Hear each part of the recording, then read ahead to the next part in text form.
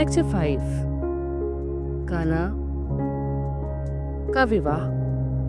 यीशु हमारे जीवन में कब काम करते हैं? आइए हम बाइबल में से पढ़ेंगे यूहन्ना 2 अध्याय 1 से लेकर 11 तक। फिर तीसरे दिन गलील के काना में किसी का ब्याह था और यीशु की माता भी वहाँ थी और यीशु और उसके चेले भी उस ब्याह में न्योते गए थे। जब दाखरस घट गया तो यीशु की माता ने उससे कहा कि उनके पास दाखरस नहीं रहा। यीशु ने उससे कहा, हे महिला, मुझे तुझसे क्या काम? अभी मेरा समय नहीं आया। उसकी माता ने सेवकों से कहा, जो कुछ वह तुमसे कहे वही करना।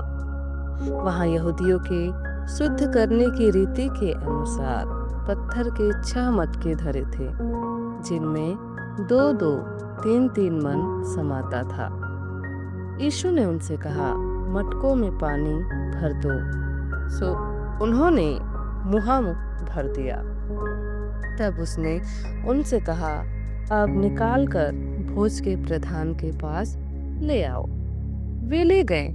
जब भोज के प्रधान ने वह पानी चखा जो दाखरस बन गया था और नहीं जानता था कि वह कहाँ से आया है, परंतु जिन सेवकों ने पानी निकाला था वे जानते थे, तो भोज के प्रधान ने दूल्हे को बुलाकर उससे कहा, हर एक मनुष्य पहले अच्छा दाखरस देता है और जब लोग पीकर छक जाते हैं तब मध्यम देता है, परंतु तूने अच्छा दाखरस अब तक रख छोड़ा है। यीशु ने गलील के काना में अपना यह पहला चिन्ह दिखाकर अपनी महिमा प्रकट की और उसके चेलों ने उस पर विश्वास किया। मेरे प्रिय भाइयों और बहनों, प्रभु यीशु मसीह के अनमोल और जीवित नाम में आप सभी को मेरा प्रेम भरा नमस्कार। आज हम एक ऐसी घटना को देखने जा रहे हैं जो बहुत सिंपल लगती है, लेकिन अगर आपने इसे सही समझ लिया तो आपका पूरा आत्मिक जीवन बदल सकता है। यह कहानी है काना के विवाह की। जरा अपने मन में इमेजिन कीजिए, एक शादी चल रही है, खुशियों का माहौल है, लोग हंस रहे हैं, आनंद मना रहे हैं, सब बहुत अच्छा चल रहा है। बाहर से देखने पर लगता है कि सब परफेक्ट है, लेकिन अचानक एक समस्या आती है। दाखरस खत्म हो जाता है। अब भाइयों और बहनों, यह सिर्फ एक शादी की समस्या नहीं है, यह हमारे जीवन की सच्चाई है। हम भी बाहर से ठीक दिखते हैं, लोगों को दिखाते हैं कि सब कुछ ठीक है, लेकिन अंदर क्या है? अंदर शांति नहीं है, अंदर आनंद नहीं है, अंदर संतोष नहीं है। यही दाखरस का खत्म होना है। कितने लोग हैं जो मुस्कुराते हैं लेकिन अंदर से टूटे हुए हैं। कितने लोग हैं जो बाहर स्ट्रांग दिखते हैं लेकिन अंदर डर और चिंता से भरे हुए हैं। यही हमारी स्थिति है। अब मरियम क्या करती है? वह यीशु के पास जाती है और बहुत सिंपल बात कहती है, उनके पास दाखरस नहीं है। ध्यान दीजिए, उसने यह नहीं कहा कि ऐसा करो वैसा करो, उसने सिर्फ अपनी समस्या बताई। यही विश्वास है। लेकिन यीशु का जवाब थोड़ा अजीब लगता है। वह कहते हैं, मेरा समय अभी नहीं आया। अब सोचिए, कोई मदद मांग रहा है और ऐसा जवाब मिले तो कैसा लगेगा? लेकिन यहाँ एक बहुत ही गहरी बात छिपी हुई है। यीशु हर समय काम नहीं करते। उनका एक समय होता है, एक पावर होता है। तो सवाल यह है, वह समय कब आता है? भाइयों और बहनों, यह पूरी मैसेज की जान है। जब तक मैं अपने आप को सही नहीं मानती हूँ, तब तक यीशु काम नहीं करते। जब तक मैं सोचती हूँ कि मेरी सोच सही है, मेरी अनुभव सही है, मेरी समझ सही है, तब तक मैं वचन को स्वीकार नहीं कर पाती। लेकिन जिस दिन मैं यह मान लेती हूँ कि मैं गलत हूँ, मेरी सोच गलत है, मेरा दिल गलत है, उसी दिन से रास्ता खुलता है। मरियम ने सर्वेंट से एक बहुत पावरफुल बात कही, जो वह तुमसे कहे वही करना। अगर आप पूरे सुसमाचार को एक लाइन में समझना चाहते हैं, तो यही है, समझ में आए या नहीं, सही लगे या नहीं, बस करना। अब यीशु कहते हैं, मटकों को पानी से भर दो। अब जरा सोचिए, समस्या क्या है? दाखरस नहीं है, और समाधान क्या दिया? पानी भरो। यह बात समझ में आती है? बिल्कुल नहीं। अगर आप वहां होते तो शायद कहते, यीशु आपको समझ नहीं आ रहा, हमें पानी नहीं दाखरस चाहिए।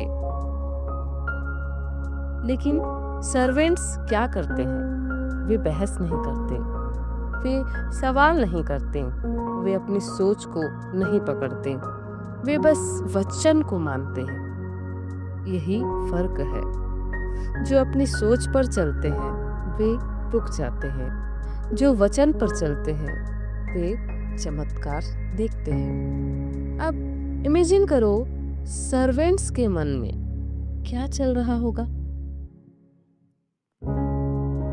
अगर हम पानी ले जाकर मास्टर को दे देंगे और उसे पता चल गया कि यह पानी है, तो वह हमें डांटेगा, हमें शर्मिंदा करेगा। उनके अंदर डर भी था, डाउट भी था, कंफ्यूजन भी था, लेकिन उन्होंने एक चीज की, उन्होंने अपने डर से ऊपर उठकर वचन को माना। और भाइयों और बहनों, जैसे ही उन्होंने वचन को माना, वहीं पानी दाखरस बन गया। अब एक बहुत महत्वपूर्ण बात देखिए, मास्टर को नहीं पता था कि यह कैसे हुआ, दूल्हे को नहीं पता था कि यह कैसे हुआ, लेकिन सर्वेंट्स जानते थे। इसका क्या मतलब है? जो वचन को मानते हैं वही परमेश्वर के काम को देखते हैं। आज भी ऐसा ही है। बहुत लोग बाइबल पढ़ते हैं, बहुत लोग चर्च जाते हैं, लेकिन हर कोई परमेश्वर का काम अपने जीवन में नहीं देखता। क्यों? क्योंकि वे वचन को वैसे ही स्वीकार नहीं करते।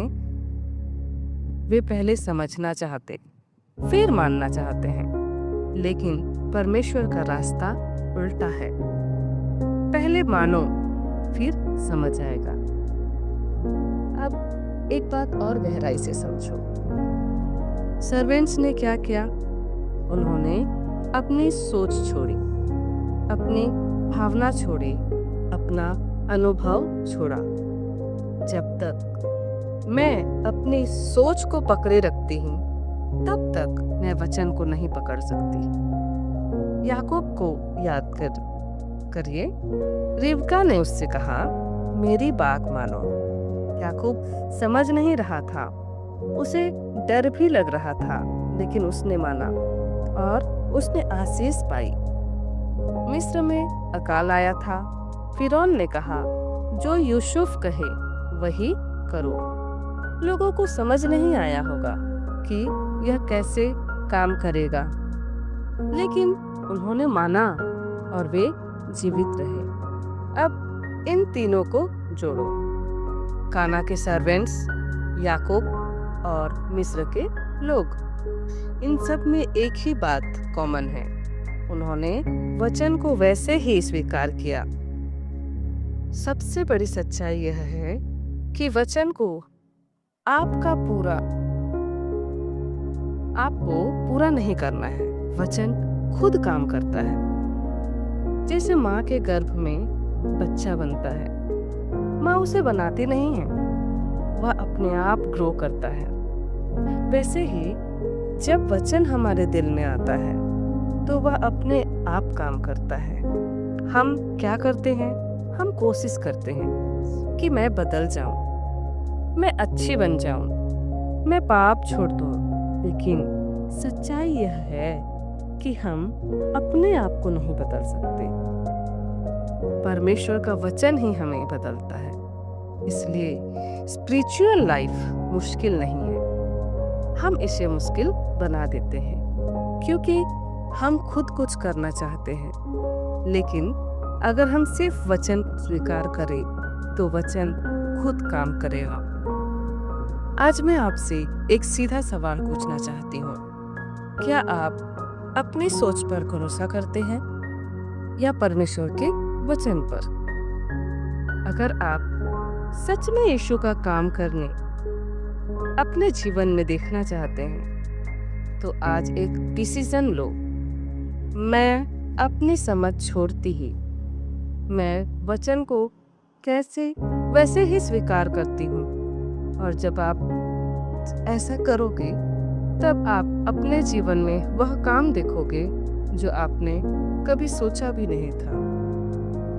तब आपका खालीपन भर जाएगा, तब आपका डर खत्म होगा, तब आपका जीवन बदल जाएगा।